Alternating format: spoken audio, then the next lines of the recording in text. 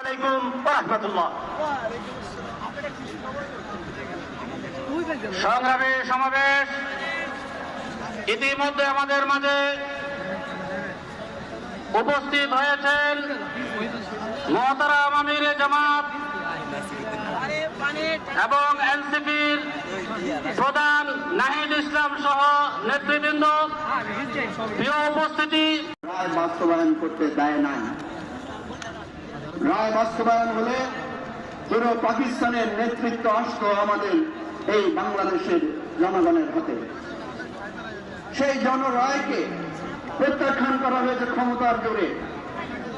আশ্চর্য হয়ে যাচ্ছি আমরা, 55 বছর পরে এসে বাংলাদেশের এমন এক দলের উপরে আবার পাকিস্তানি জনতা ভর করেছে যারা আমাদের গণভোটের রায়কে বাস্তবায়ন করতে দিতে চায় না।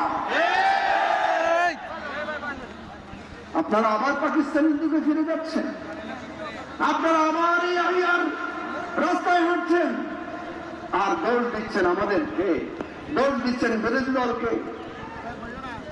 আমরা দেখেছি যেই ক্ষমতায় যায় সেই ক্ষমতায় গিয়ে তার অতীত ভুলে যায়। আজকে প্রধানমন্ত্রীর বক্তব্য দেখেন, আগের বক্তব্য দেখেন, স্বরাষ্ট্রমন্ত্রীর আগের বক্তব্য, বর্তমান বক্তব্য দেখেন, তাদের নেতাদের আগের বক্তব্য, বর্তমান বক্তব্য দেখেন।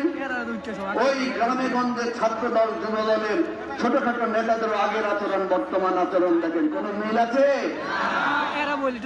যাদের আগের কথা আর পরের কথার মিল থাকে না, এরা কোনদিন জনগণের আশা আকাঙ্ক্ষার পরিবর্তন করতে পারে না। আমাদের স্পষ্ট দাবি, জনগণ স্পষ্ট করে গণভোটে বলেছে। আপনারা দেখবেন, খুঁজলে এখনো গুগলে সার্চ করলে পাবেন, আমাদের গণভোটের যেই ব্যালট ছিল, ব্যালটের সামনে লেখা আছে আপনি কি জুলাই বাস্তবায়ন আদেশের সাথে একমত এবং নিম্নোক্ত 4টি বিষয়ে আপনার মতামত হ্যাঁ অথবা না জানান।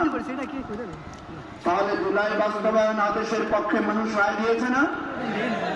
সংবিধান উপরে না গণভোট উপরে?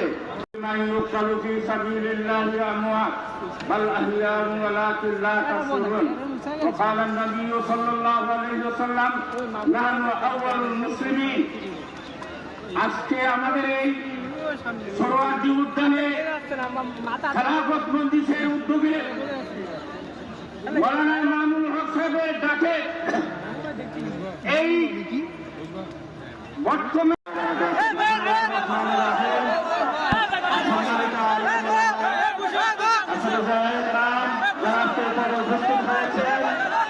উপস্থিত হয়েছেন এই বর্তমান সংকটে যারা আমাদেরকে নেতৃত্ব দিয়ে বাংলাদেশের মুক্তির সংগ্রামকে সেই ৭১ সাল থেকে শুরু করে শহীদরা যে পথ আমাদেরকে দেখিয়েছিলেন, ৪৭-এ যে শহীদরা আমাদেরকে পথ দেখিয়েছিলেন, ২৪-এ শহীদরা আমাদেরকে যে পথ দেখিয়েছিলেন, সে পথেই নেতৃবৃন্দ আমাদেরকে নিয়ে যাচ্ছেন। আপনারা জানেন গত 12 ফেব্রুয়ারি যে নির্বাচন হয়েছিল, আল্লামা মামুনুল হককে তারা ভয় পায় বলেই পার্লামেন্টে ঢুকতে দেয় না। আল্লামা মামুনুল হক পার্লামেন্টে থেকে রাজপথে আমরা এক আল্লাহ ছাড়া কাউকে ভয় পাই না। আমিও মাদ্রাসা পড়াশোনা করছি, নারায়ে তাকবীরের একটা স্লোগান দিয়ে ইনশাআল্লাহ বক্তব্য শেষ করব। বাংলাদেশে আমরা যতদিন জীবিত থাকবে, বাংলাদেশে যতদিন থাকবে, নারায়ে তাকবীরের স্লোগান চলবে ইনশাআল্লাহ। নারায়ে তাকবীর, তাকবীর,